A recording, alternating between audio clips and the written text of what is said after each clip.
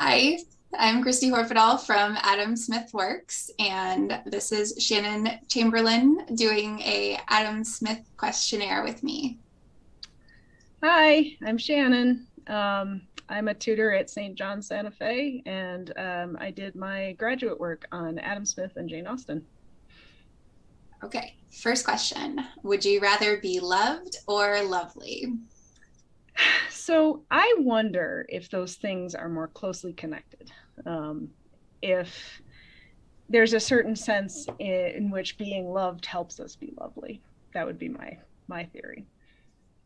That's a And very Johnny answer to question the question as part of your yeah, answer. yes, I I would say appreciate that's that. my way of avoiding the question.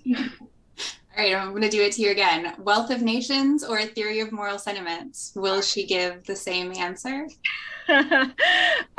No, I am clearly a theory of moral sentiments gal. I feel like The Wealth of Nations stands in relationship to the theory of moral sentiments as the Star Wars prequel stands in relationship to the original trilogy. Ouch. I understand. All right. What is the best antidote to the torpor induced by the division of labor? Books, obviously. Just lots and lots of books, especially novels.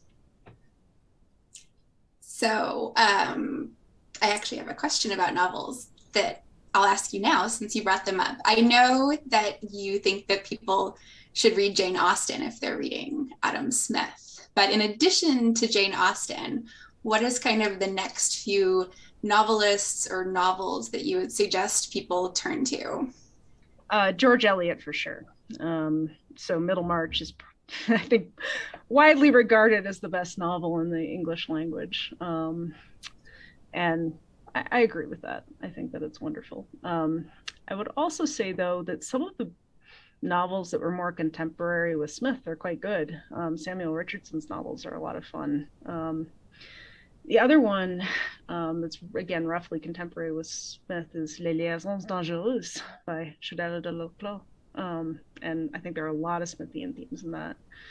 In terms of modern novels, I think that probably the most Smithian modern novels are Hilary Mantel's Wolf Hall trilogy books.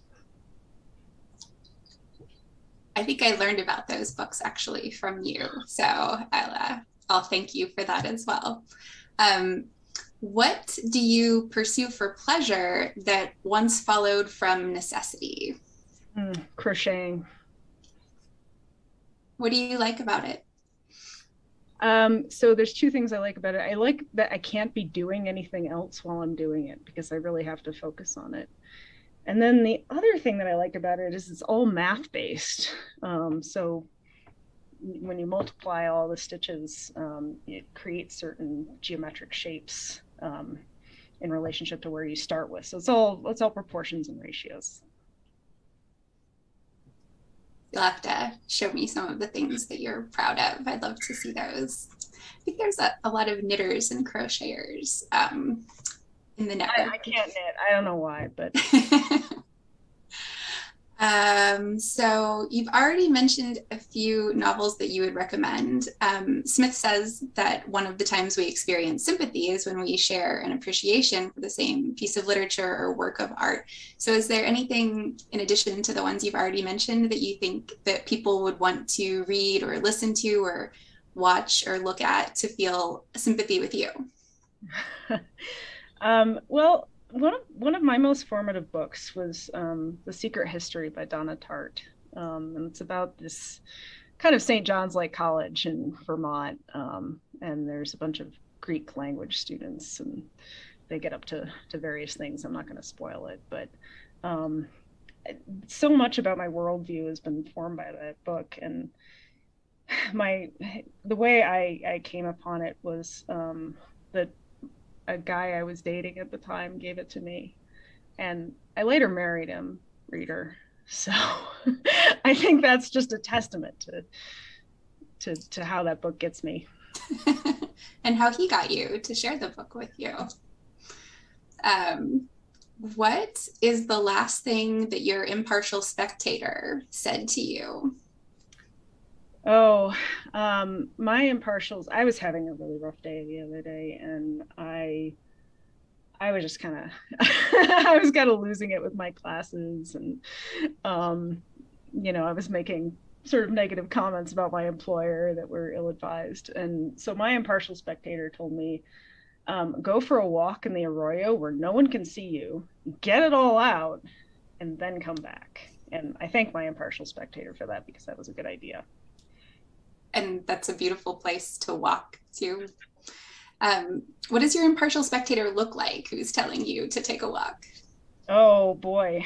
Um, I think my impartial spectator looks like this nun that I had as a teacher in ninth grade. She was pretty stern.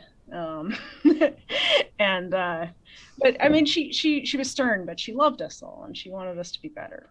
And that's kind of how I think of my impartial spectator. All right.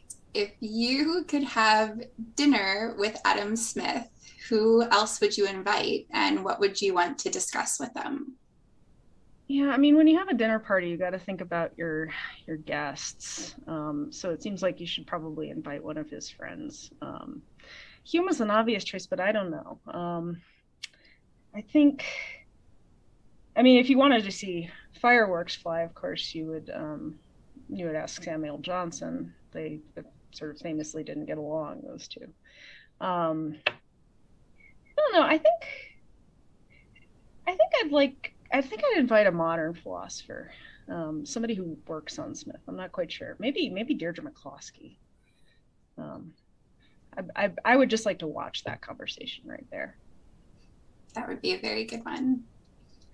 What and thinking of Deirdre McCloskey and all the things that have happened since Smith lived, and the things that in some case he might have predicted and other things that he wouldn't have been able to predict at all. What do you think that is something he would just be totally surprised by, or something that he would really appreciate about the lives that we get to live today that are so different from his? Well, of course, I mean, he thought that more leisure time was really a wonderful thing. And you get the sense from him that the more leisure people have, the better. But I think that he thought that because people didn't get a lot, and so they made good use of it, or the better use than we make anyway. I think he would be surprised by the things that we fill our time with. I think that he would be surprised that people spend all of their time arguing on the internet or binging. Maybe he wouldn't be so surprised about the binging on Netflix. I tend to think he would be a Netflix binger too, just because he was such an introvert. Um, but I think that he would be surprised that we didn't spend more of our time in self improvement. I am too, and I'm guilty of it as well. So I also know that you have an interest in sort of thinking about parental issues, especially in the history of liberalism. Adam Smith, not a parent, not a husband. Do you think that if he had been a parent, do you think he would have been a good parent, or what kind of a parent do you think he might have been if that had been a part of his life? I don't know what kind of parent he would have been, but I think that his work would have changed. I think that there's this one line that's always bothered me in The Wealth of Nations where he says that any child at the age of 7 is just like any other child. I think if he had more contact with children, he would realize that is definitely not the case. I mean, I only have one, but you can talk to parents, of course, who have siblings and say, from the moment they came out that they were different. I know that you've got two, so I bet you would probably confirm that. So yeah, I think he would have been a little bit less confident that natural talents didn't exist, and that's one of my favorite parts of as much as I just disdained The Wealth of Nations, it's one of my favorite parts of it is when he says he has that sort of democracy about him where he says that there's little difference between a philosopher and a street porter. I love that in some ways, but I'm not sure it's true. Looking at my daughter, she had her personality like in the womb. So I think he would have maybe had to back that off of that. As for what kind of parent he would have been, I don't know. I hope a good one. I get a sense from him that he was kind of a gentle guy, and that seems to me like one of the most important things when you're a parent. Well, this is my last question, unless there's anything you want to throw in after it. But what is something that Adam Smith is known for that you just personally are not very impressed by? Hmm.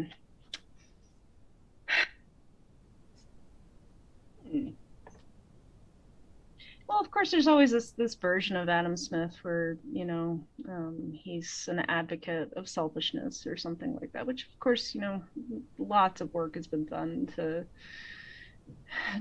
make sure that people don't have that impression anymore.